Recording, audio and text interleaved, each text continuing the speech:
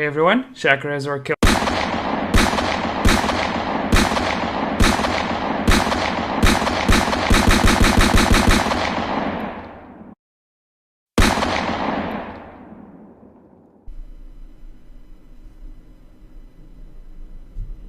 So yeah, you guys have been incessantly asking me about Kayle and what to do.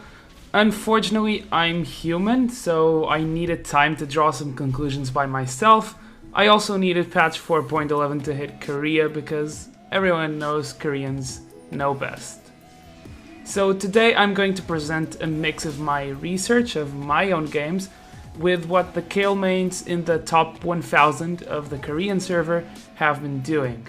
The trend in Korea has been somewhat to abandon the Runons build and go more for the Lichbane build. However, this doesn't mean that the Runons build is dead. Instead of seeing it every time on Kayle, you'll see a bit of Lichbane Kayle mixed in between. Let's start with the Runons build or Korean Kayle. This build is still very popular despite the fact that one of her main damage sources, Righteous Fury's AP ratio, was cut in half. The first change I immediately noticed was the inclusion of Abyssal Scepter into the build. Usually champions with lower AP ratios use magic resistance reduction or penetration to do more damage. Abyssal's aura range is 700, which is higher than Kayle's effective range while using Reckoning and Righteous Fury. So pair Abyssal with a Void Staff, your passive, and possibly Hybrid Penetration marks, and you'll shred a lot of damage. Let's do a bit of math. So let's say target A has 100 MR. Abyssal comes first, reducing the magic resistance to 80. Kayle's passive is next. For the sake of calculations, let's imagine you already have 5 Holy Fervor stacks on the target. That's 15% less magic resist. So it goes down to 68.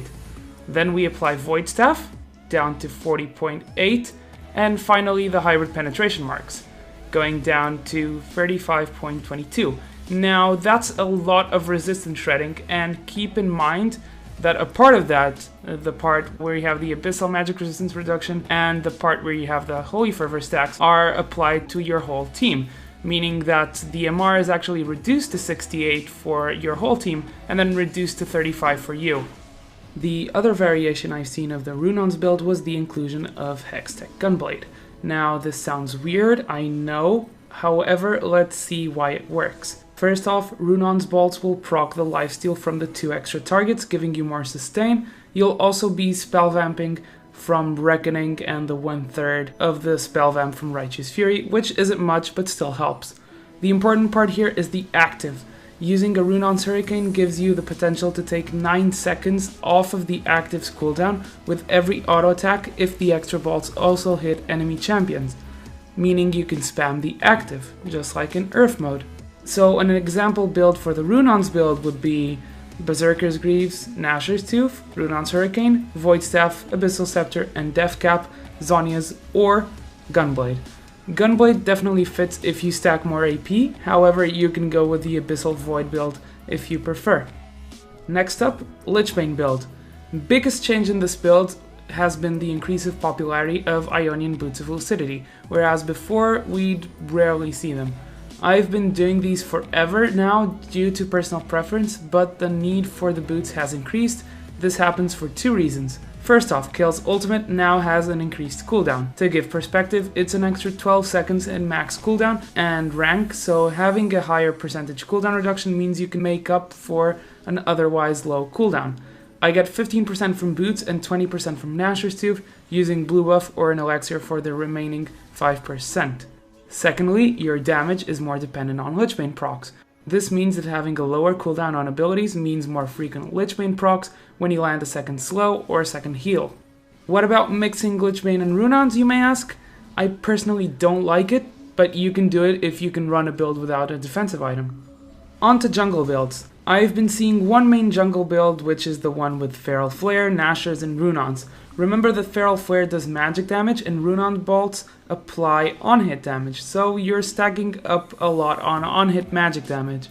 Other than that, there's also the way I like to build her when I want early game pressure. Spirit of the Spectral Wraith into Gnasher's Tooth, followed by Lichbane, and with this build you don't actually need to max Righteous Fury and can max Reckoning instead, as you'll have mana in the jungle to spam it on the big monsters. Rank 1 Righteous Fury is enough to take care of the smaller monsters. Finally, I wanted to mention a specific player called Trader, who has 550 games on Kayle this season and is in High Diamond 1 in Korea. He has been building Elder Lizard, Essence Reaver, and Runons in the jungle, and a similar build choosing Ghostblade over Lizard for top lane. I tried it out and it's honestly quite a strong build, but it'll need more testing before I can draw conclusions, especially now that Essence Reaver got changed and is quite an expensive item. If you played in Season 2, you probably remember how strong AD Kayle was. It was due to a specific set of reasons that we don't have now, like her Q amplifying all damage done by herself, or minions not hurting her early because of the old tough skin mastery that worked on minions. What still remains a constant is the fact that AD itemization is strong right now, but I'll have to test it more before I can draw any type of conclusion. That's all for today. I hope you guys enjoyed the rundown, and as always, I'll see you guys in the Rift. Chakra signing out.